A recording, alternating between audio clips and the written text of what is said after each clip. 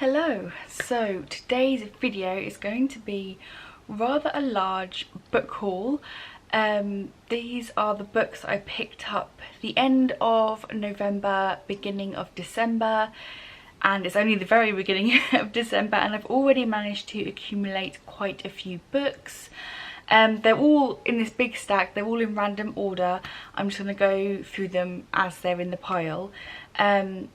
They're mainly from thrift shops, charity shops, and I got a few from some like discount shops, and yeah, I'm just going to go ahead and show you what I got. I've got a whole mixture.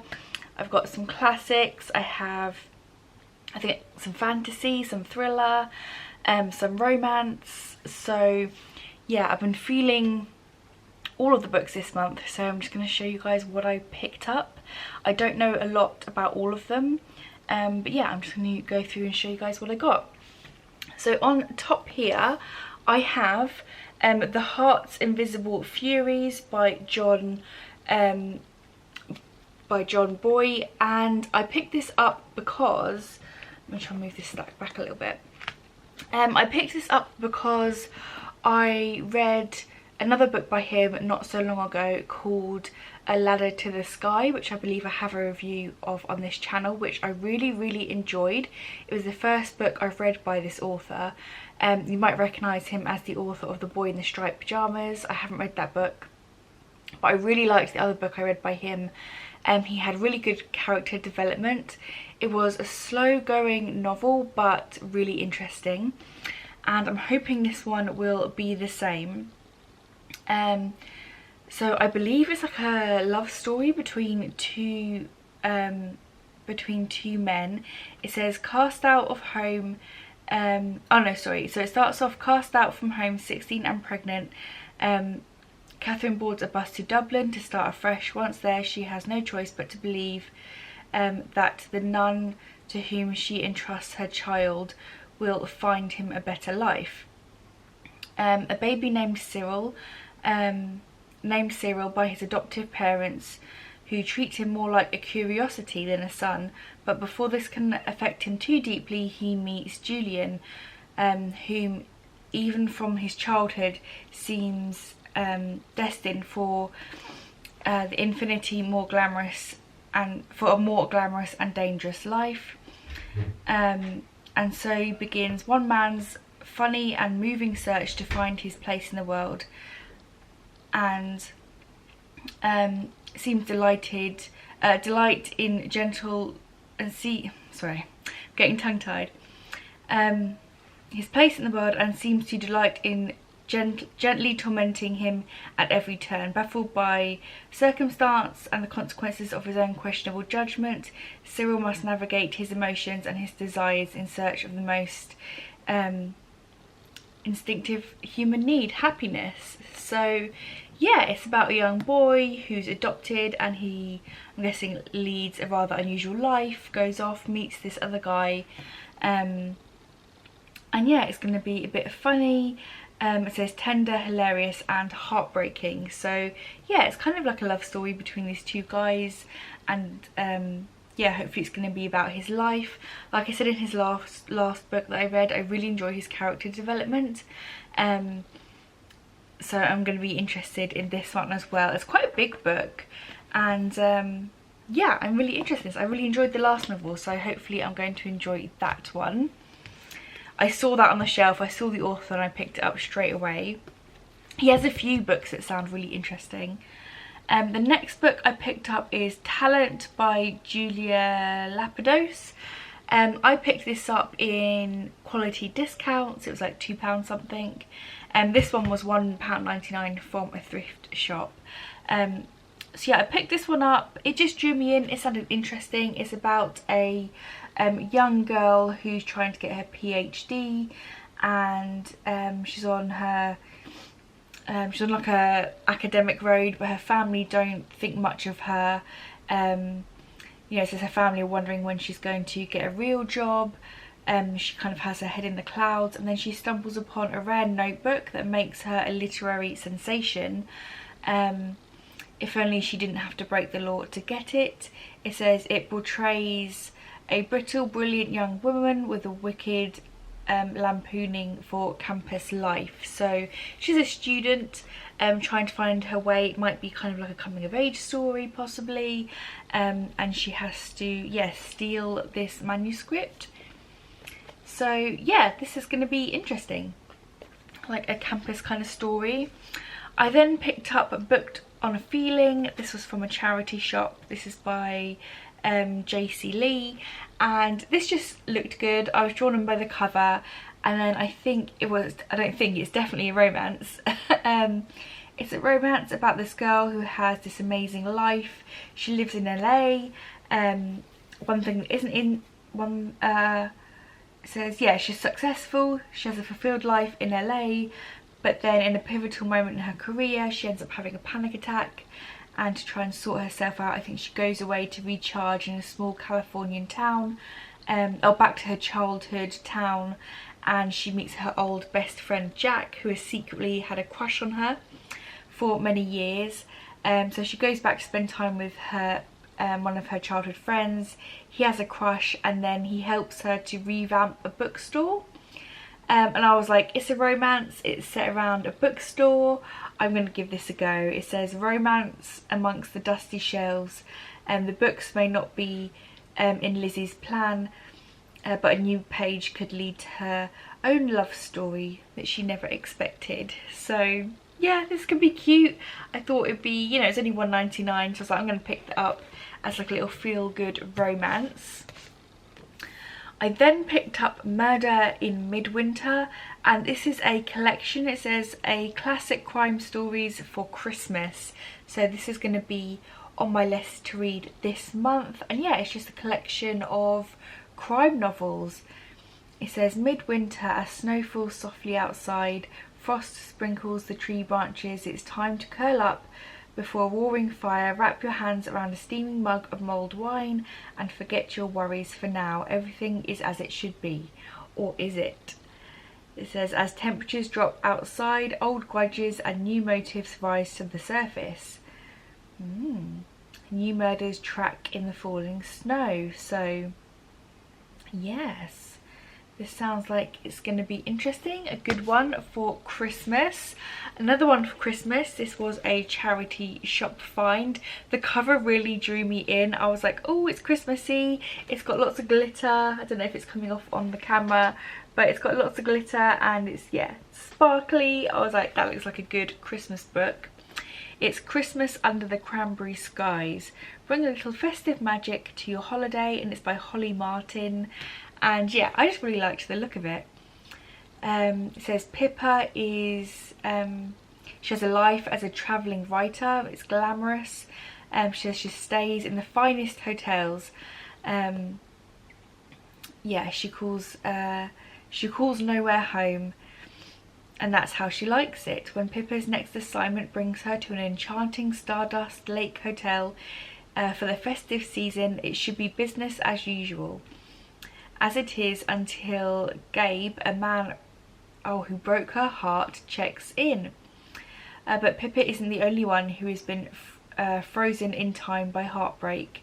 Fate has reunited them, but can a little Christmas magic keep them together? So yeah, that sounds good. A little festive romance in a hotel. I thought that sounds good. That's definitely one to read this month. I then picked up all these romances all in one shopping trip. I was feeling the Christmas romance. So we also have The Gingerbread Cafe by Anita Faulkner. And yes, can she find a recipe for the perfect Christmas? So it follows an introvert, Gretel, who has the perfect escape from real life. She goes to this cafe and the owner suddenly dies, and Gretel is heartbroken, and then she discovers that she's been left the cafe in her will. She must share the running of the cafe with the least festive person ever, Nell's nephew, Lucas.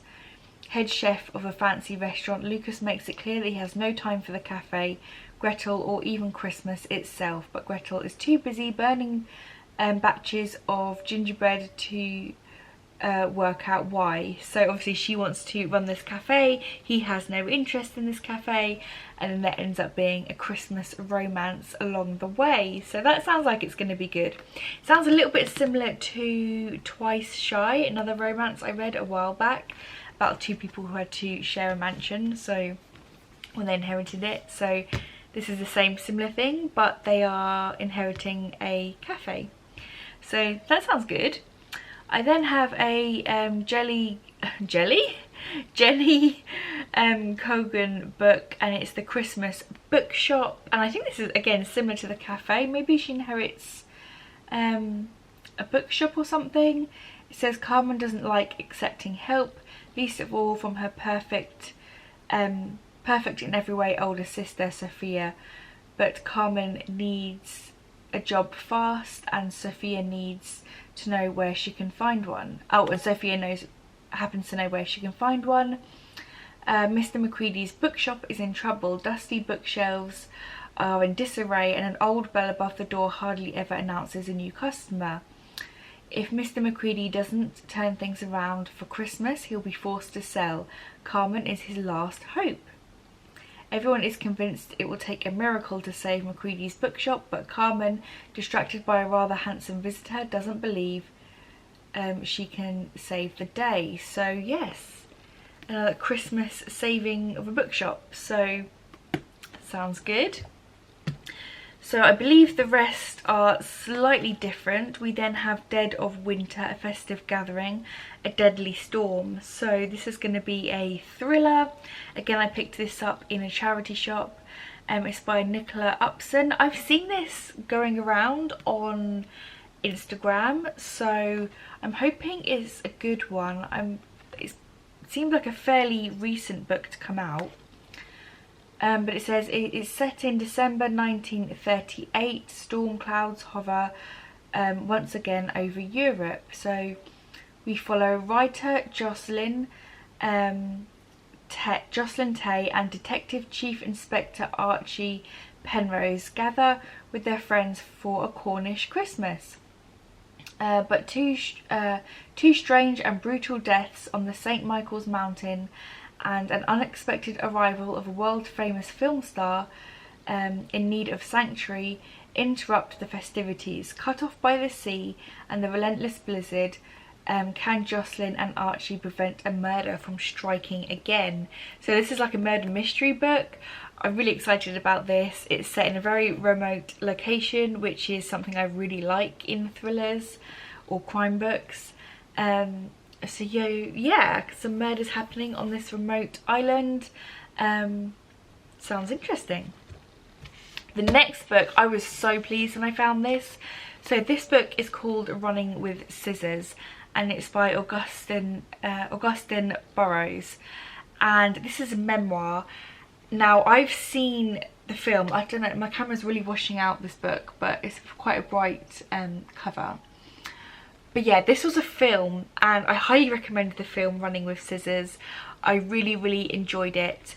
I didn't realise it was a true life story until the end of the film, and you know, it kind of pops up at the end. It was a book. The film was based on this book, a memoir by the author Augustine Burroughs. He has a really unusual life, and the film is hilarious. It's like sad but funny. And ever since I found out that it was a book, I've always wanted to read it, but I've never seen it. And yeah, I saw this spine in the charity shop, Running with Scissors, and I was like, I have to get this book. I grabbed it straight away. It was £1.50. I hope the book is as good as the movie. But yeah, he lives such a bizarre life. So basically, his parents get divorced and he lives with his mum, and his mum kind of goes a little bit batty, and she ends up giving him away to her psychiatrist. So he ends up living with his mum's psychiatrist, but the psychiatrist and his whole family are really weird. He's a really weird psychiatrist, and Augustine ends up living in this really bizarre family dynamic where he's basically been unofficially adopted, And yeah, it's a really weird story. It says, this is a true story of a boy who wants to grow up with the Brady Bunch but ends up living with the Addams family. Augustine Burroughs' mother gives him away to be raised by his psychiatrist, a dead ringer of Santa Claus and a certifiable lunatic. The doctor's bizarre family, a few patients, and a sinister man living in the garden shed, completing the tableau. In a perfect squalor of their dilapidated Victorian house, there are no rules and there are no school. The Christmas tree stays up until summer, and the Valiums are chomped down like sweets. Yeah, and if things slow down a bit, there's always an ancient electroshock therapy machine under the stairs. So yeah, they live in like this old Victorian mansion that is just completely trashed, and like I said, there's no school. He can basically do whatever he wants. There are no rules.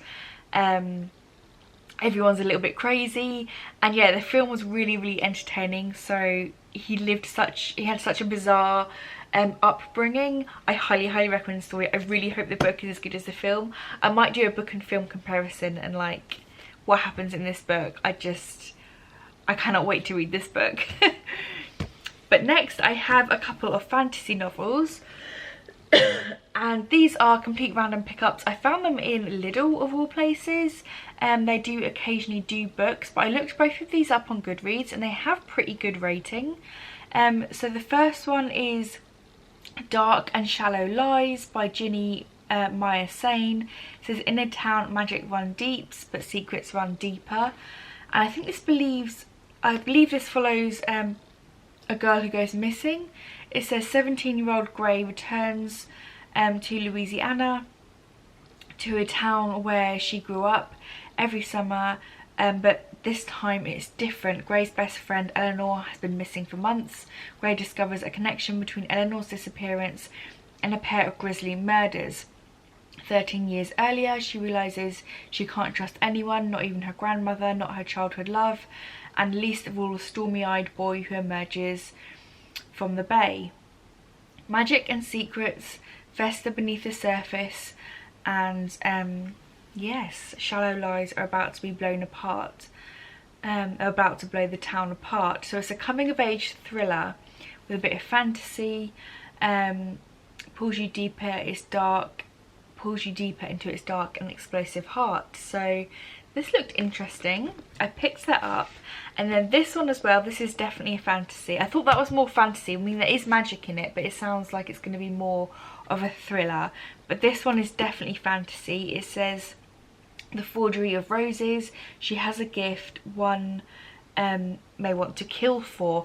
So this sounds really interesting. It follows a girl, and she has the ability called portrait magic, where she paints paintings and it affects the people's lives. So her name is Myra Whitlock, is a portrait artist whose paintings alter people's real life bodies. This kind of magic is forbidden within the kingdom, and she needs to guard her secret carefully. Then one night the governor's wife approaches her to complete a portrait to resurrect the governor's son. And yeah, she ends up discovering stuff along the way. It says Myra arrives in a legendary stonemason to complete her task. It becomes clear that the boy's death was no accident. Someone dangerous lurks within the glittering halls. Someone harbours a disturbing obsession with portrait magic. Desperate to get out of the manor as quickly as possible, Myra returns to the governor's older son for help, completing the painting before the secret she spent her life concealing makes her the killer's next victim. So yeah, this sounds really interesting. I'm intrigued by portrait magic. It's been a long time since I've read a fantasy book like this, so really looking forward to that one. So I have 3 more books and I have 2 classics here. So I've picked up Madame Bovary. I've seen this around. It's by Auguste Flaubert. Probably said that wrong. He's a French writer, and I picked this up for £7 in HomeSense. They bring out a lot of classic novels around Christmas time, and I've seen Madame Bovary kind of floating around when I'm looking in the classics section, and it's always intrigued me, and I've picked it up several times in different copies and I've always put it back. But this time I was like, this cover is just so beautiful. It has like pink foiling, and this is the Paper Mill Press, so it's the Paper Mill Press Classics, and they feel really nice. I collect various different classics. I have some cloth bounds, I have some leather bounds, and this feels like paper or like card bound. It's really interesting. But yeah, I really liked this cover, and I was like, do you know what, it's £7. I keep picking this up and putting it down. I'm just gonna grab it and give it a go. It's a story about this woman set in France, and she's living kind of beyond her means. She's living more extravagant lifestyle than she can afford, but she's, you know, bored of everyday normal life. She wants something more. And when this first came out, I believe it was quite controversial. I think it was one of the banned books. It was deemed as obscene. So yeah, I think there's a bit of a romance in here. And yeah, I'm just really intrigued by this book. It became a bestseller, you know, obviously after it got banned. And yeah, it says everything, even herself, was now unbearable to her. She wished that taking wing like a bird, she could fly somewhere far away. Yeah, far away to regions of purity, and where and grow young again. So yeah, I'm intrigued by this book. I was like, I'm going to pick that up. And from the same stand, I also picked up The Secret Garden. This is one of my favourite classics. I loved the film as a child, and I like the book as well. I've listened to this on audio many times. I have only one other copy of this book. It's like a really old Wormsworth Classics, and it's a bit tatty. So I saw this version and I was like, oh, I'm going to pick this up. These covers are like embossed. You can like feel them. It feels really nice. So again, it's by the same printing press, the Paper Mill. And yeah, this is a story about a little girl who gets orphaned. She goes to live with her uncle, who is basically depressed, and his wife died, and it's just him and his son living in this massive house, and she discovers a secret garden and kind of brings it back to life. And yeah, it's a nice story. It's by Frances Hogan Bennett, and yeah, I just really liked this copy, so I picked it up. So last but not least, I picked up this book the other day from Sainsbury's, of all places. I normally don't pick up books from supermarkets much anymore, but I saw this sitting on the shelf and I was like, that looks really interesting. It's called Dark Mode by Ashley Callaghan Blunt. Hadn't heard anything about it. It says it's chilling, thrilling and twisty, terrifying. Once you're online, there's nowhere to hide. So from the back, when I read this, I got the gist that it's going to be kind of a thriller. It says, is it paranoia or is someone watching? So it's about this girl who she doesn't have any online presence whatsoever, and then she logs on online and then ends up getting stalked or something. So for years, Regan has kept her busy life offline, no social, no internet presence, no photos. She's safe until the day she stumbles, oh that's it, until the day she stumbles upon a shocking murder in Sydney. The victim looks just like her. As more murders shake the city, she's increasingly drawn out of hiding. Regan is forced to confront her greatest fear. A riveting psychological thriller drawn from true events. Dark Mode delves into the terrifying reality of the dark web and the price we pay